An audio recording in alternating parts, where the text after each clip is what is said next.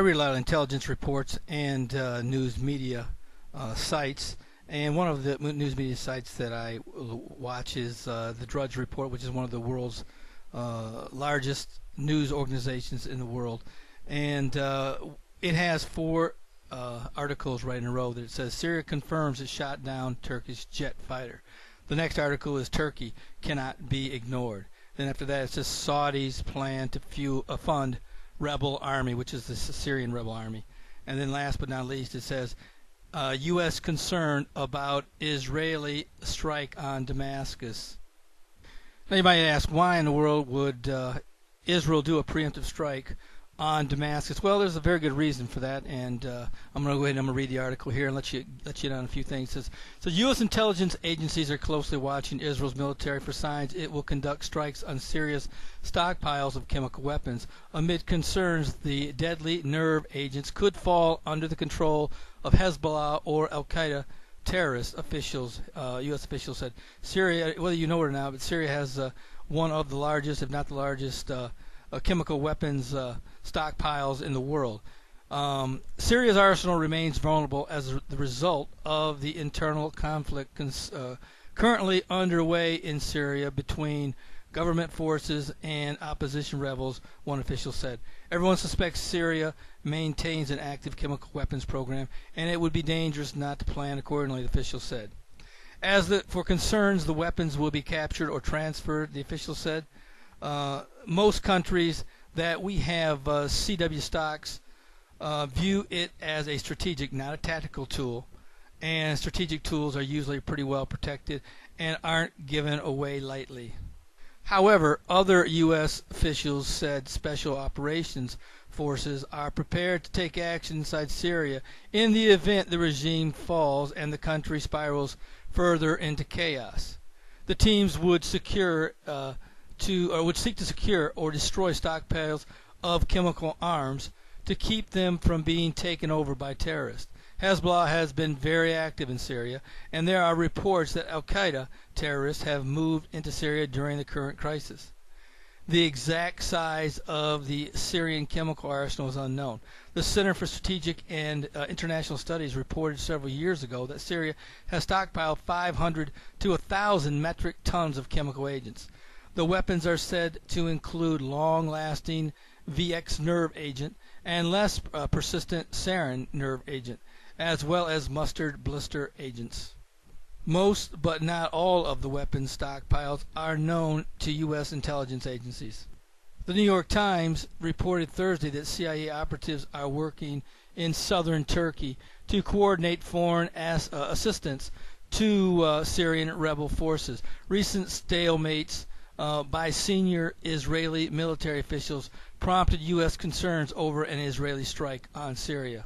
Senior officials in Israel told an Israeli newspaper that if Syria's army gave chemical weapons to Hezbollah or other terrorists, an Israeli attack would be needed. The newspaper reported May 31st that Israel failed to prevent Syria's transfer of M600 rockets to Hezbollah, and the weapons can now threaten central Israel. One military source was quoted as saying that mistake would not be repeated. A State Department arms compliance report from 2010 stated that Syria is also believed to have an offensive biological weapons program in addition to the chemical arms.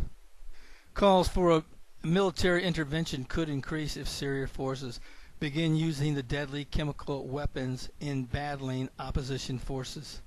A Syrian rebel leader, Colonel Riyad al-Assad of the Syrian Free Army, told Al Jazeera June 8th that Syrian military aircraft had dropped chemical bombs that poisoned people, and that government forces had distributed gas masks to troops 10 days earlier in preparation for the use of the weapons against northern areas in the country. State Department cables disclosed last year revealed Syria had obtained large quantities of chemical weapons precursor agents from China, Italy, and other states. There remain suspicions Syria could be sharing missile technology with Hezbollah, the cable said, noting, just as Washington has done in the past, demarches regarding Syrian WMD and missile programs. Post believes a new scrub of releasable intelligence would strengthen our arguments regarding the gap between Syrian rhetoric and actions.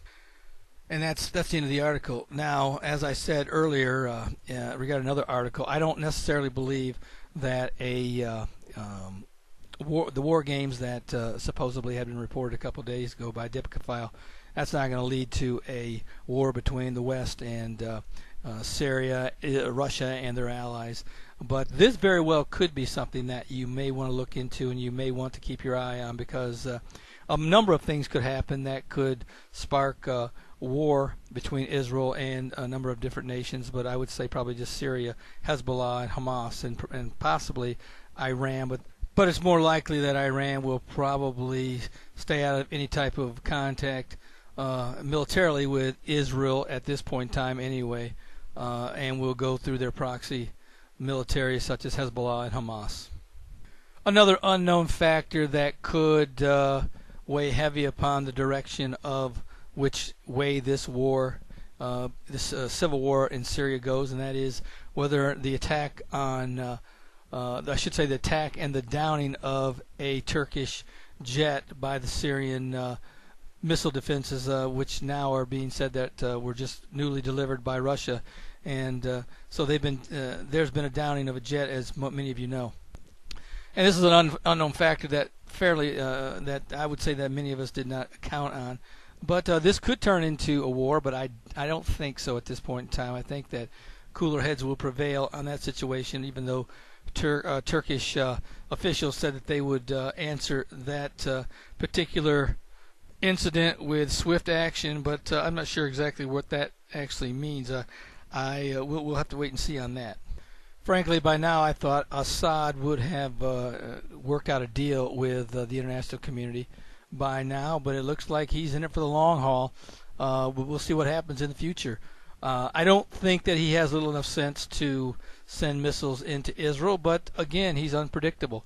You just can't determine what the mind of these erratic dictators will do, so we'll have to wait and see how that turns out, but I don't think that'll happen.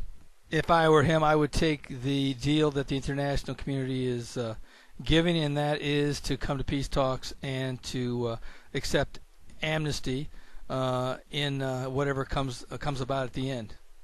But again, we'll have to wait and see how he reacts to what comes about in the near future.